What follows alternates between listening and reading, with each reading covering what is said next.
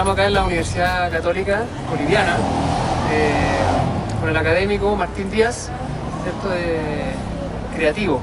Creativo. Me llamó mucho la atención eso de ser creativo. Ya estoy como persiguiendo también un poco la vinculación entre creatividad y fútbol, o creatividad y deporte. Para comenzar la entrevista, me gustaría, Martín, que pudieras contarme brevemente a qué te dedicas tú, qué es lo que haces acá, cómo ha sido tu trayectoria formativa, que hace que finalmente seas un intelectual o un estudioso de los temas de deporte, sociedad, creatividad, etc. A ver, te comento, creatividad justamente es yo siempre me presento como publicista o como director creativo, pero creativo es una palabra bien difícil de llevar.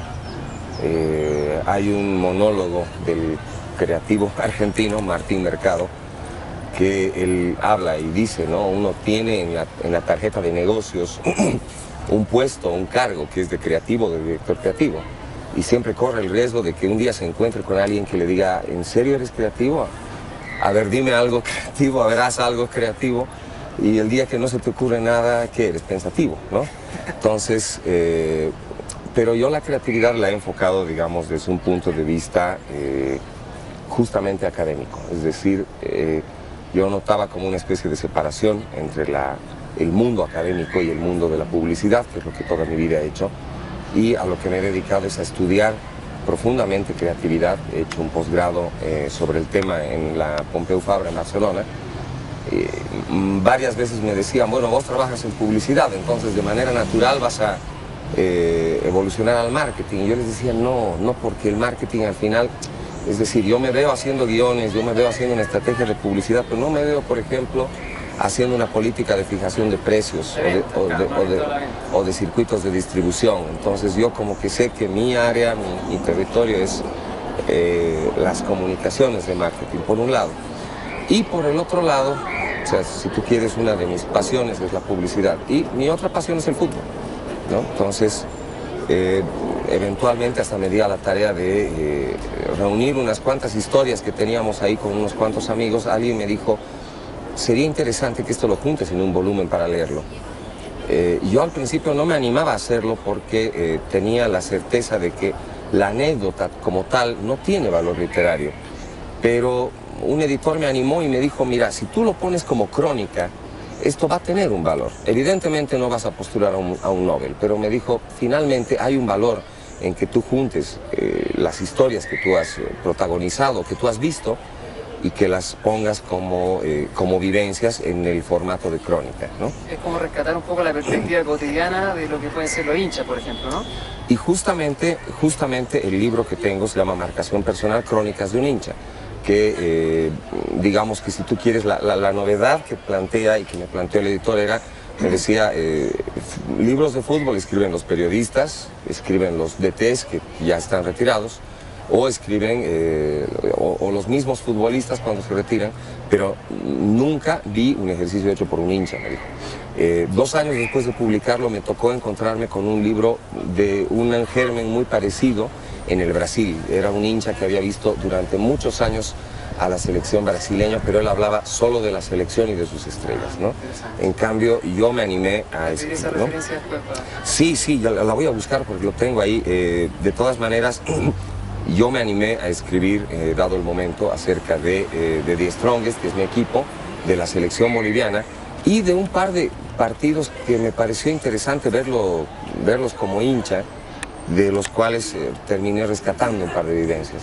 Martín, ¿por qué es importante rescatar la voz del hincha o de un actor del fútbol para contársela a la gente, a la sociedad? ¿Por qué? ¿Qué hay ahí de valioso?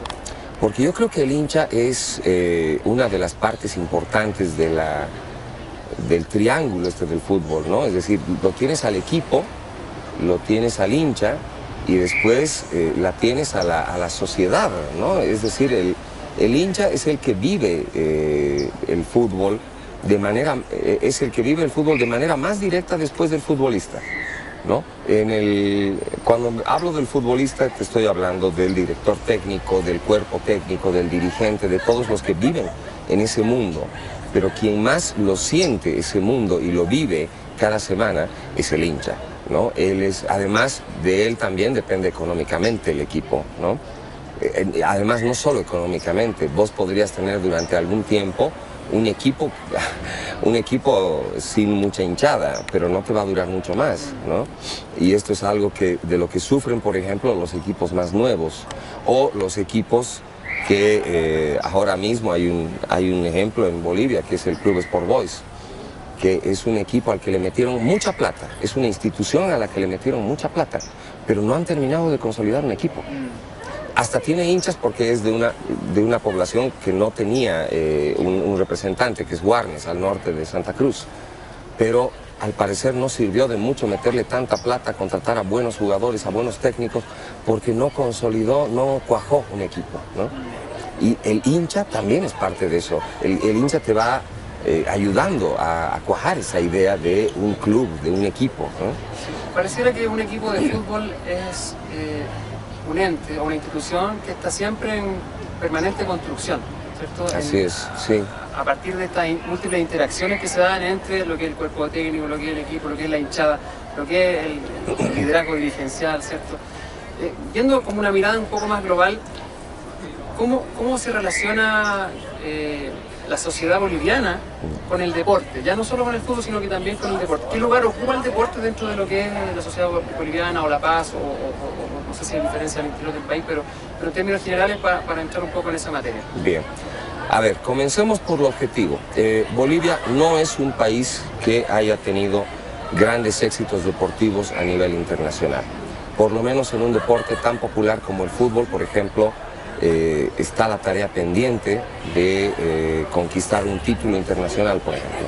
El único título internacional que tiene Bolivia a nivel de clubes es un título del que nadie se acuerda, del año 1973, el Club Mariscal Santa Cruz, que ganó la Recopa Sudamericana. Este club ya no existe y tenía muy pocos hinchas, nadie lo recuerda.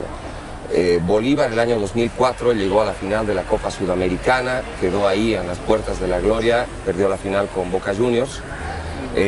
A nivel selecciones tenemos como los grandes hitos históricos la conquista de la Copa América del 63 de local, el subcampeonato de la Copa América del 97 y algo que todavía recuerda por lo menos mi generación muy vívidamente, que es la clasificación al Mundial del 94, ¿no? Pero digamos que el paceño, por lo menos, te podría hablar del boliviano también, pero el paceño tiene muy en cuenta a sus equipos, pero no les inyecta, te diría, una pasión enfermiza. Yo creo que eso es algo de lo que siempre me ha llamado la atención observar, incluso como académico, que hay un apego por los colores, por el Strongest, por el Bolívar. Hay un fanatismo que te hace tener cositas como esta, por ejemplo, un tatuaje ¿no? Claro, hay una simbología, una iconografía que se respeta, pero que no va al extremo, por ejemplo, de lo que ocurre en Buenos Aires, ¿no? Que el día de clásico, por ejemplo, el almacenero te pone un letrerito, que esto yo lo he visto, ¿no? Que te decía, hoy no se vende a bosteros, ¿no? El almacenero de River no le vende a nadie de Boca ese día, ¿no?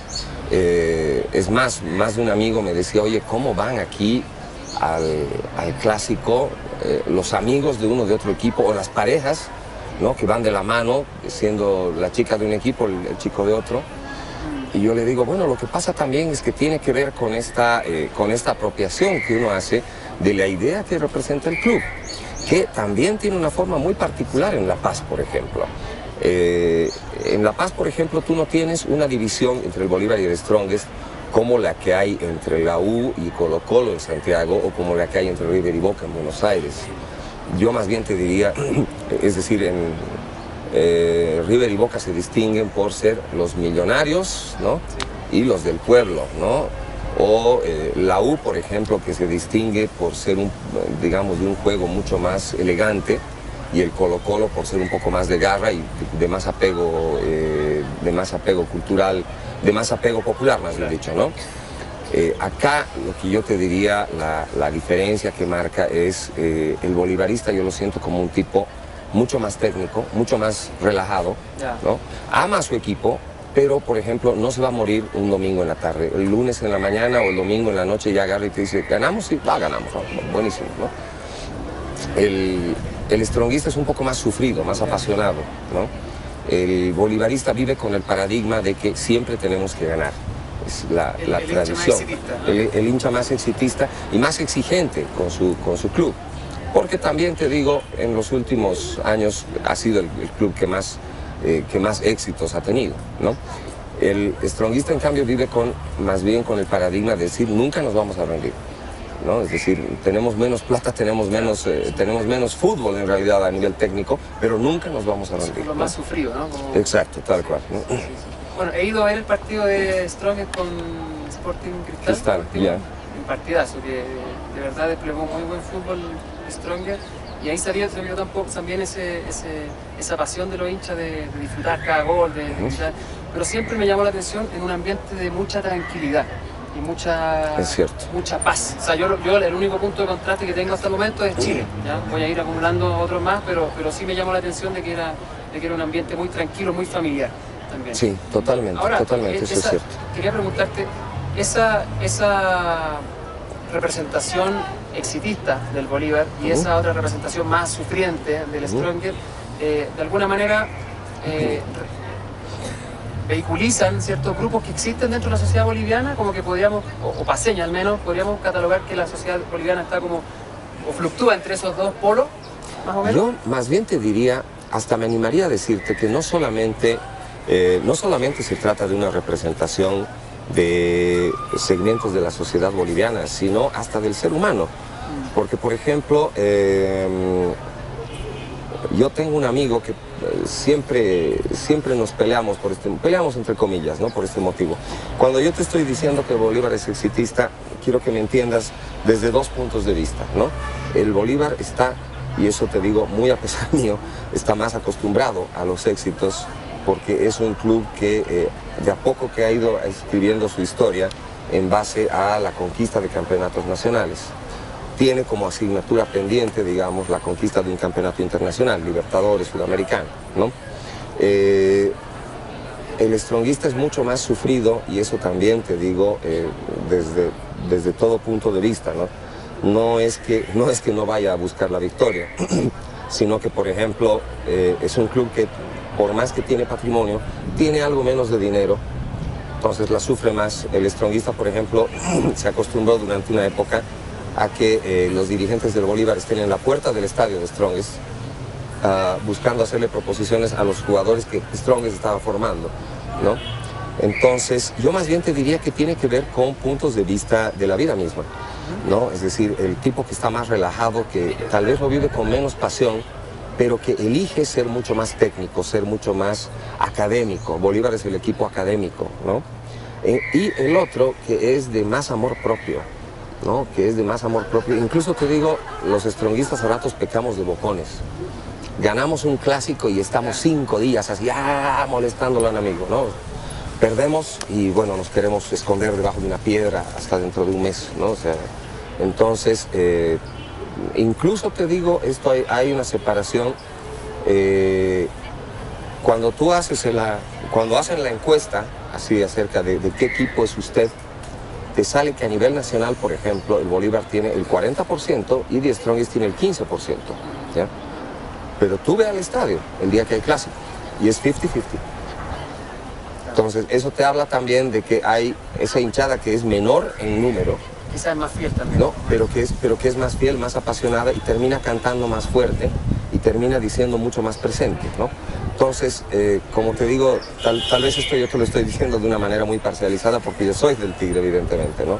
Pero también entiendo que te digo, la forma de adoptar, la forma de entender la vida del bolivarista, que en realidad este amigo del que te hablaba me decía, ¿qué es? Pues la garra, me decía. ¿Qué es la garra? ¿No? Orden, disciplina, trabajen con orden, con disciplina, con orden táctico. Entonces ahí te das cuenta que también es una forma de ver la vida, ¿no? Son principios finalmente, yo le llamo de organización. Exacto. Como códigos que van un poco moldeando la interacción entre los jugadores. Lo que yo he hecho en este viaje que hemos empezado ya antes de viajar probablemente tal, sino que de estudiar el fútbol, es también estudiar la figura del entrenador. ¿Ya? Y cómo él representa, ¿cierto?, un mandato institucional, por algo está ahí, y va un poco replicando estos principios, estos códigos interaccionales que pueden ser o de la disciplina o de la pasión, del sacrificio, ¿cierto?, que pueden estar presentes en uno o que pueden como mandar o mandatar los códigos de interacción. Quisiera pasar ahora a la selección boliviana, ¿ya? ¿Qué pasa en la selección boliviana? Pareciera ser que no ha terminado de cuajar un modelo o un proyecto deportivo, un modelo de juego que identifique a los bolivianos, que más bien los tenga contentos. Yo tengo recuerdos, bueno, de lo que pasó en el Mundial de 94, yo era muy niño, pero ya hacia la segunda mitad de los 90, con Diablo Echeverri, ciertos jugadores que algo mostraban, ya algo distinto, que sí representaban un juego boliviano, altiplánico, ¿cierto?, la altura, que se hacía fuerte, etc. ¿Qué pasa hoy día con eso, con lo que puede ser la selección boliviana y la identidad de la sociedad boliviana? ¿Cómo se puede llegar a eso? A ver, acabo de revisar una tesis que me ha parecido fantástica, te digo el nombre, se llama Marcelo Duarte, si después lo puedes encontrar a él, es un estudiante de acá que sacó su tesis justamente respondiendo a esta pregunta que tú me estás haciendo, que cómo se construía la idea del hincha de la selección boliviana. ¿Qué es lo que ha pasado con la selección? No hay detrás una institucionalidad. Es decir, la Federación Boliviana de Fútbol, tú ves que ha caído en este hueco que se generó a partir del arresto que se les hizo a todos estos personeros corruptos de la FIFA. En el camino, te digo, ha perdido institucionalidad. Si bien uno puede reconocer un pico de calidad dado a mediados de los 90 por esta generación fantástica que salió de la Academia Tahuichi, ¿no?, el Diablo Echeverri, Erwin Sánchez, ¿no? No se ha sabido reemplazar ese pico de calidad de ninguna manera. No se ha podido llegar nuevamente a esos momentos de buen despliegue futbolístico, de buen trato a la pelota, ni siquiera te digo en el imaginario popular.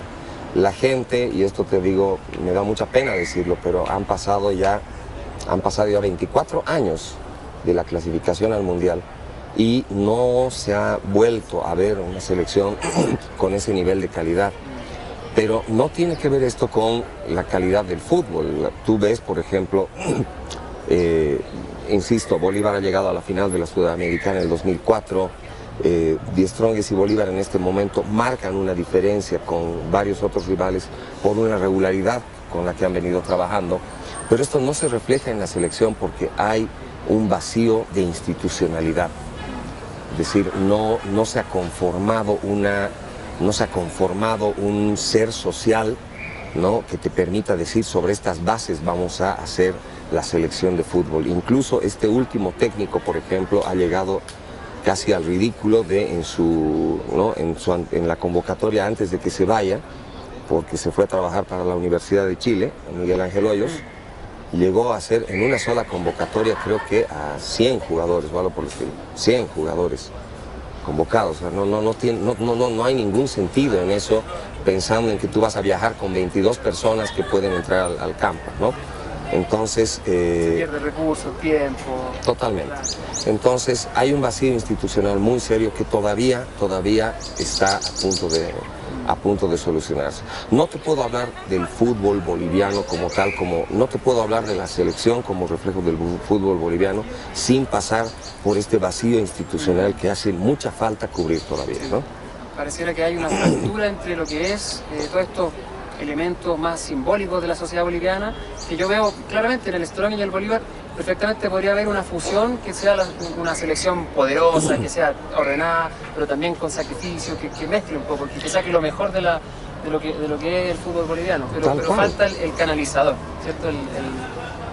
El ente que lo administre, que lo gestione, que lo lleve adelante. Justamente, y esto también te digo, creo que es un hecho que se replica a nivel de varios países. Te vas a dar cuenta cómo las personas que están a cargo de esta institucionalidad son las personas que están en la esfera política. Y esto da mucha tristeza decirlo, pero son estas mismas personas que se meten en política. Mira el ejemplo de Macri, por ejemplo, en Argentina, que era presidente de Boca Juniors, y ha terminado metido en política, eventualmente siendo presidente. Berlusconi, otro ejemplo muy clásico. Bueno, en ¿no? Chile también tuvimos a Piñera, que siendo hincha de la Universidad Católica, se hizo accionista de Colo-Colo, como mayoritario, llegó a la presidencia del país y acumuló el poder del fútbol, el poder económico y el poder político. O sea, la concentración ya máxima del poder. Ahí lo tienes. Ahora, salgamos un poquito de lo que es el profesionalismo y como lo que los hinchas seguimos, y vámonos un poco a lo cotidiano. ¿Qué significa el fútbol para el boliviano, digamos, en términos amateur, en términos de la escuela de fútbol de los niños, en términos formativos, en términos de fútbol como herramienta quizás metodológica para trabajar las cosas? ¿Cómo se relaciona la sociedad boliviana con este fútbol ya menos espectáculo, sino que el fútbol más barrial, por decirlo? Bueno, al boliviano, es decir, al boliviano le gusta el fútbol, es el deporte más popular. Es el deporte más popular y es digamos, es y sigue siendo una referencia cultural inevitable. Es decir, hasta tú puedes decir que, y eso por ejemplo, vas a encontrar un montón de gente que te dice, no, yo no soy ni de Strongest ni de Bolívar, me da lo mismo, pero yo creo que eso ya es parte del ser latino, ¿no? Es una referencia cultural inevitable, porque además se va insertando en elementos culturales como por ejemplo que tú sepas qué significa sacar tarjeta roja, ¿no? O que alguien te diga, pucha, a estas alturas del partido ocurre tal cosa. Entonces, al boliviano le gusta el fútbol y desde luego lo practica bien que hace esa separación como deporte de manera muy frecuente. Tal vez lo que nos falta a los bolivianos en ese sentido es un poquito de formalidad. Tengo una amiga que se fue a vivir a Alemania por motivos de estudio y de repente me manda fotos de ella jugando fútbol. Y yo le digo, oye, qué fantástico. Y siempre te gustó y ahora estás jugando fútbol. Sí, me dice, estoy en la cuarta división femenina. Bueno, pues entonces tú estás jugando en serio. No, me dice, más allá de que yo sea buena o mala, lo que pasa es que acá los alemanes, o sea, hacen las cosas como se debe. O sea, estoy en la cuarta división femenina, me dice, porque esta es la forma en la que lo hacen los alemanes. No es que salgo a jugar el domingo en la tarde con las amigas, me dice. O sea, nos metimos en un campeonato porque así lo hacen. Entonces, nos faltaría un poco de formalidad, te digo. Acá también te hablo de la informalidad como vicio nacional. Que te digo, lo tenemos como vicio nacional. En todo aspecto, ¿no? En el mercado, en todo, ¿no? Esto se refleja en la economía, que es el 70% informal, se refleja se refleja en la política, que te digo, tenemos a personas ahí sin compromiso que se meten a hacer política, se refleja en el mercado, como tú dices, muchas veces falta esa formalidad de decir, bueno, me estoy comprando esto, ¿y qué marca es? ¿A quién puedo reclamarle si esto que me estoy comprando lo como y me hace mal? No, es un chocolate. No, pero chocolate, ¿qué marca? ¿Dónde está el registro del Ministerio de Salud, etcétera, ¿no? Entonces es un vicio. Y te tendría que hablar de otros vicios más. Por ejemplo, duro como suene, pero este es un país que se da mucho a la fiesta. Y te digo, muy frecuentemente surge el reclamo a los futbolistas de, por ejemplo, claro, es que se dedican al alcohol, por eso arruinan sus carreras. Y de repente alguien se da la vuelta y dice, bueno, a ver, que levante la mano, ¿quién aquí no se dedica al alcohol? ¿No? Entonces, también te digo, es parte de eso. Pero yo pondría antes que el alcoholismo, que es un tema, la informalidad, ¿no? La informalidad, sí. Se ve, o sea, nosotros nos ha tocado ver mucho trabajo informal, mucho comercio, mucho transporte informal. Y parece ser un modo de vida y el fútbol no escapa a eso tampoco. No escapa. Expresa, lo muestra, ¿no? No escapa. Y te digo, acá han habido unos ejemplos, pero de terror. Es decir, tienes, por ejemplo, anteayer, el sábado, un equipo profesional que está jugando la Libertadores, que es Wilstermann, que ha ido a jugar a Cochabamba, que ha ido a jugar a Santa Cruz contra Sport Boys de Warnes, y resulta que no habían llevado medias de un color distinto. No habían llevado medias distintas y han tenido que jugar con las medias del rival. Entonces, esas cosas llegan a pasar. También te diré... Que solo pasan en este lado del mundo, ¿no? Sí, porque no sé si viste lo que pasó con Atlético Tucumán, por ejemplo, ¿no? Pero claro, tú dices, ¿cómo es posible que eso pase acá todavía, no? O sea, es cierto, pasan en este lado del mundo, pero no deberían pasar, ¿no? En Champions League, por ejemplo... No, impensable, ¿no? En Champions League, impensable, ¿no? Interesante como van en esta conversación, van apareciendo ciertas cosas que van un poco del fútbol y van a la sociedad y como que expresan lo mismo, ¿no? Como que van conectando. Quería preguntarte ahora, Martín, ¿cómo son en general los liderazgos que se hacen cargo de esto? Bueno, vemos que hay liderazgo hoy día, desde hace buenos años atrás, un liderazgo en política muy marcado con lo que pasa con el Evo, ¿cierto? En la institucionalidad también hay cierta informalidad en el fútbol. ¿Cómo son los liderazgos que enfrentan estos procesos formativos, por ejemplo, o los liderazgos de la sociedad boliviana en general? Háblame un poco de los liderazgos que se ven acá, cómo son las formas de gestionar personas, de gestionar colectivos. Lo mismo que hacen aquí quizás los profesores dentro de la universidad también un poco replican eso. ¿Qué características tienen esos liderazgos que podríamos decir que son propiamente bolivianos? Está interesante tu pregunta porque, por ejemplo, algo que en este momento se está observando es una falta de nuevos liderazgos políticos, ¿no? Es decir, fíjate, el año pasado hubo un referéndum donde el presidente preguntó si se podía repostular el 2019 y la gente le dijo no. Pero el tipo está buscando todas las formas posibles para volver a repostularse. Pero para mí, por ejemplo, ahí la sociedad boliviana ganó en crecimiento democrático. ¿Por qué? Porque le dijo a este tipo, creo que has hecho mucho y creo que has hecho mucho bien, porque te soy honesto, yo creo firmemente que Evo Morales no es producto de un accidente histórico, es producto de una serie de cosas, de un proceso que ha derivado en que haya un Evo Morales, ¿no? Y que ha producido cambios muy profundos en la sociedad. Pero en ese referéndum lo que la gente le dijo es hasta acá, compadre. Hasta acá, porque creo que el 2019 ya tendría que haber un nuevo rostro. El problema es que no hay nuevos rostros, al menos en política no los hay. Ahora, ¿dónde están los otros liderazgos de los que tú hablas? Creo yo que están, a ver, por ejemplo, habría que buscar en los medios. Mal que nos pese, por ejemplo, tú tienes líderes de opinión que se han hecho en base a trayectoria en los medios. Trayectorias comunicacionales. Trayectorias comunicacionales. Tradicionalmente, esto también, te digo, hay algunos liderazgos que se han dado también en el ámbito deportivo, ¿no? Hay un par de personas que, por ejemplo, yo sé que están en este momento como dirigentes del fútbol, que planean lanzarse a la política, ¿no? Replicando este esquema del que hablábamos de Macri, de Berlusconi, de Piñera, que yo no lo conocía, por ejemplo, yo no sabía que tenía este origen, ¿no? Entonces, más bien te diría que yo noto una ausencia de liderazgos que se proyecten en lo político. Yo soy un tipo muy interesado en el tema de redes sociales.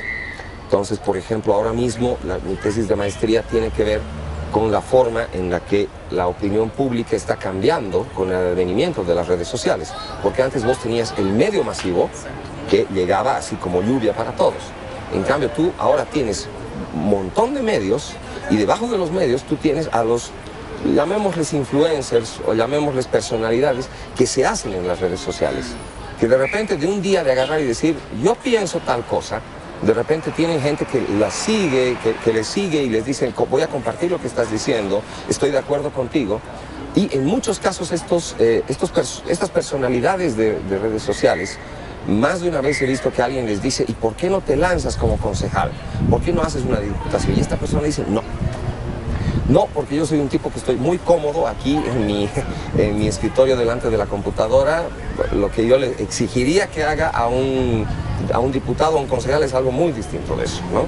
Entonces, te diría más bien que puedo identificar en las redes sociales cierta tendencia a construir liderazgos que no derivan en lo político necesariamente, pero sí en lo ciudadano. Después, en colectivos profesionales, tú tienes algunos liderazgos. Y tal vez en algo en lo que no, tal vez no al último, pero no de manera, al último, pero por mención, no por importancia, yo creo que tienes los liderazgos que se dan en los movimientos sociales. es decir, en los movimientos sociales que siempre han tenido importancia capital para la construcción de los movimientos políticos en Bolivia, en los sindicatos, no sé, en los movimientos de trabajadores, de campesinos, de mineros. Ahí es donde están ahora los nuevos liderazgos, que yo más bien pienso que con este mantenimiento del caudillismo se los está aplacando, ¿no? Se les está cortando las alas. Me llama la atención eso a mí, sobre todo porque en Chile la sociedad civil está muy, digamos, frisada, ¿no? Está fragmentada, ¿no? No hay organización. Y acá en Bolivia está pero todo organizado, muy organizado. Entonces, ese día que fui al estadio también paseé por ahí por los pasillos, vi que estaba la asociación de billar, la asociación de otros, no me acuerdo qué deporte era, pero también varios deportes que caben dentro del estadio también. Ya. Hemos visto cómo se organizan los mismos comerciantes, la misma organización del transporte autorregulada. Entonces son ejemplos de organización, pienso yo, efectiva, que da resultados, o sea, funciona en el tiempo, pero que finalmente como que no da el salto cualitativo, o tampoco, además el fútbol no puede como mirar esos ejemplos para organizarse a sí mismo, ¿no? Bueno, lo da y no, te digo, para bien y para mal. Te pongo un ejemplo, la organización de los transportistas de La Paz. Te digo, La Paz, si te has fijado, tiene un sistema de transporte, bueno, dos sistemas de transporte que podemos llamar público, que son el teleférico y el bus Pumacatari.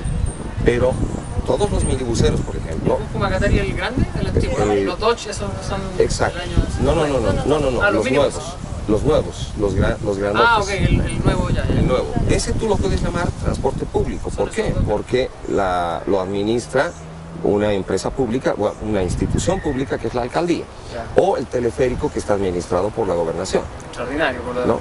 Pero, por ejemplo, tú tienes a todos los minibuses que están organizados en uno o varios sindicatos. Los mismos minibuseros son dueños de los minibuses. Entonces tú dices, por ejemplo, hay una organización, sí, pero no es la ideal. ¿Sabes por qué? Porque, por ejemplo,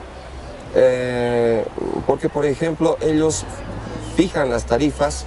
Se supone que hay una regulación que tiene que venir de la alcaldía, del Ministerio de Transportes, pero, por ejemplo, ellos pierden cuando a las 6 de la tarde salen los niños del turno tarde. ¿No? ¿Por qué? Porque si se les suben muchos niños, ellos no ganan con esa carrera, pierden. Entonces prefieren que los niños no suban, y ahí tú tienes un tema entre de discriminación, entre de abuso, ¿no? Pero claro, el tipo te dice, es que yo estoy ganando de esta carrera, por eso yo no puedo permitir que se suban tantos niños.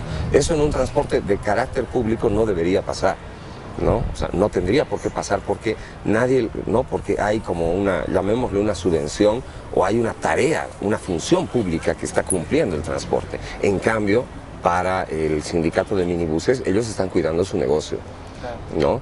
Entonces, igual... Una organización más gremial que social. Exacto, tal cual. No, social, olvídalo, es totalmente gremial. Y de ahí, por ejemplo, han surgido un par de dirigentes que no...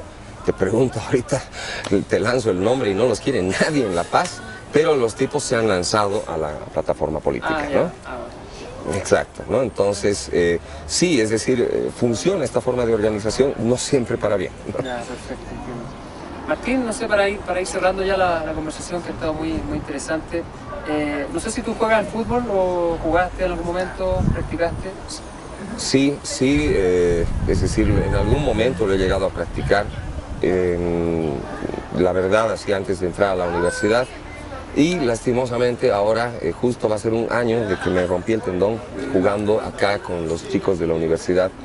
Entonces te digo, ahora me llegan las convocatorias de los amigos y les digo, estoy todavía prohibido, ¿no? A mí me encanta el fútbol, me encanta jugarlo, y yo pienso que es necesario jugarlo para entenderlo después en esta otra dimensión, ¿no? Sí. Te lo pregunto porque el juego, propiamente tal, ya sean fuera de cualquier, hablando como en tema más abstracto o más teórico, el juego tiene altos componentes de incertidumbre, ¿no? Exacto, tal cual. Por lo tanto, el jugador de fútbol está expuesto brutalmente a un proceso de toma de decisiones, a procesos cognitivos muy complejos, muy rápidos, que también suceden en la vida cotidiana, quizás a una velocidad más lenta, y por eso quizás los que juegan o los que hemos jugado fútbol también desarrollamos sin saberlo quizás ciertas habilidades. Sí, sí, tienes toda la razón. Quería preguntarte cómo entra ahí el concepto de la creatividad, ya que tú eres un creativo en contextos de alta incertidumbre, en contextos de mucha evaluación de riesgo, ¿cierto? De si salgo jugando por acá o si le doy el pase al arquero y me quedo corto. Como de pronto salen esos genios que ya cada vez escasean más, ¿cierto? Esos jugadores esos Riquelmes, ¿no? Bueno, que vemos a veces destellos en Neymar. Quizás. El año pasado me invitaron a un programa de una red de acá que se llama TV, que se llama Noticiando, para hablar de la publicidad boliviana. Era el 4 de diciembre, que es el día que los publicistas nos festejamos entre nosotros porque nadie más lo hace para nosotros. Y el director del programa, que es un periodista que le gusta entrar rápido en polémica, me dijo, bueno, entonces, bueno, pero vos trabajas en publicidad en Bolivia, sí. Bueno, es mala la publicidad boliviana, me dijo. O sea, yo no veo nada. Un ratito, le dije, un momentito. Vamos a establecer algo, le dije, ¿no? Tenemos un primer problema. Número uno, y ahí, así con tus palabras, yo le dije, nosotros manejamos un alto grado de incertidumbre. Es decir, nosotros tenemos que estar acostumbrados a la incertidumbre. Eso es algo que no le puedes pedir a un ingeniero civil, por ejemplo. Al ingeniero civil tú le dices, el puente sí, está hecha la mezcla, está hecho el diseño, está la fórmula, no sé qué. Es pura certeza, ¿no? Si se te cae el puente, tú te das la vuelta y lo ves al ingeniero civil y dices, ¿qué onda, compadre? ¿Qué fue contigo? O sea, acá hay un culpable y eres tú. Porque se supone que es tu puente, ¿no? En cambio, cuando nosotros nos metemos a trabajar en publicidad, ¿no? Tenemos un alto grado de incertidumbre. Manejamos un 20% de certezas. El resto no lo sabemos. Y curiosamente te digo, yo tengo una forma de explicar el trabajo publicitario que se basa en la teoría de los 3 espacios del fútbol. Mira qué interesante. Porque, por ejemplo, yo siempre lo explico así en clase. Yo digo, cuando tú tienes el trabajo de cuentas, ¿no? Tú estás en la zona que se llama de planificación, que es la zona que ocupan el arquero y la línea de fondo, ¿no? Que también le llaman zona de distracción. Ahí tú estás planificando. Se supone que el arquero, cuando tiene la pelota, ya tiene que saber dónde va a derivar el ataque, ¿no? O el rato que se la pasa, no se la pasa a un central, se la pasa a un lateral. Manejar alternativas. Exacto. ¿Y el lateral qué va a hacer, no? El lateral será que ya tiene un libreto como en el Barcelona de ahora, por ejemplo, que sabes que el lateral o el central lo van a buscar a Busquets, ¿no? Busquets es el que establece el puente, ¿no? A partir de ahí tú tienes la zona de creación. En fútbol y en publicidad. Tú tienes a los creativos generando las opciones, ¿no? Entonces, ahí tú tienes un 8, un 10, digamos, que son los que te tienen que generar el peligro del otro lado, ¿no? Ahí trabaja el departamento de creatividad, ¿no? Que son los que tienen que generar las ideas, los contenidos, proponer los medios, etc. Y finalmente tú tienes lo que en fútbol llaman la zona de ejecución o de definición, ¿no? Entonces, ahí, por ejemplo, entran las centrales de medios. ¿Dónde voy a poner mi publicidad? ¿Cuánto voy a invertir, si tú quieres, en términos de digital? ¿No? O sea, cuántas personas van a ver y quiénes quiero que vean este aviso, ¿no? Entonces, por ejemplo, yo con el tiempo he llegado a establecer estas analogías entre el mundo de la publicidad y del fútbol que me sirven a mí para explicar la publicidad y que tienen mucho que ver con esto que mencionabas, ¿no? Con la cantidad de incertidumbre que manejamos, que no es poco, porque el día de mañana, por ejemplo, te puede ocurrir que te salga una pieza que nadie la pesque, ¿no? Que nadie... ¿Viste mi comercial? Sí. Uy, no, y tú dices, ¿qué hice mal? ¿Qué hice mal? Ahora con el digital es un poco más fácil, ¿no? Viene el community manager y te dice, tu publicación está en 0, así no nadie la comparte. A ver, cambiemos. Así, 3 horas después, ya, 300 likes, 50 compartidos, ok, vamos bien, ¿no? Entonces... Pero sí, tienes mucha razón. 1, con esto de la incertidumbre, y 2, con este tema del juego. Lo interesante, digamos, del juego es que sigue siendo lo que como seres humanos hacemos sin necesidad de una premiación específica, ¿no? O sea, la actividad lúdica sigue siendo la única que se recompensa a sí misma, ¿no? Cuando tú juegas, tu misma recompensa es la sensación del juego.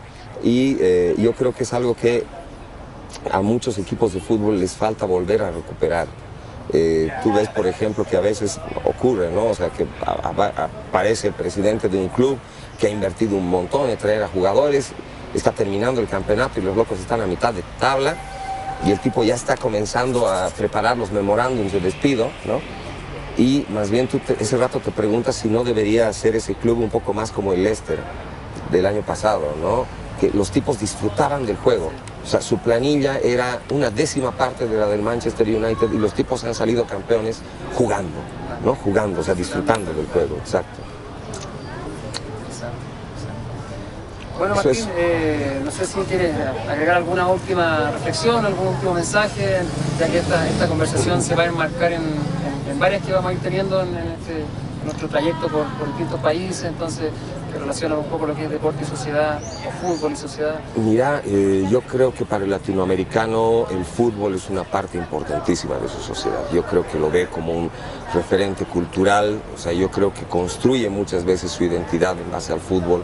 Eso lo aplaca, por ejemplo, al boliviano cuando no puede hablar mejor de su selección, que quisiera que tuviese un mejor desempeño, pero sabe y entiende que el fútbol es un referente cultural de la región, ¿no? De la región, ¿no? O sea, fíjate, por ejemplo, en este momento el ranking FIFA, 5 de los países del top 10 son latinoamericanos, ¿no? Chile, Colombia, Argentina, Brasil, entonces, y Uruguay, si no me equivoco, pero es decir, tú ahí te das cuenta de la importancia que le damos acá al fútbol y yo pienso que hay gente que se ha aprovechado de esa importancia por un lado y por otro lado gente que no le ha sabido dar su lugar. Yo te juro que le hubiese agradecido un montón a Evo Morales, así de todas las cosas que ha hecho como hincha, así en el fondo, le hubiese agradecido un montón que hubiese podido potenciar durante estos años más el desarrollo del fútbol profesional. Pero tampoco es que sea su deber, ¿no? Tampoco es que estaba entre sus atribuciones, ¿no? Solamente eso y te agradezco muchísimo. Bueno, Martín, te doy las gracias por tu tiempo, por tu disposición, disculpa haber... No te preocupes, con todo gusto. Pero así somos y así vamos. No, vale.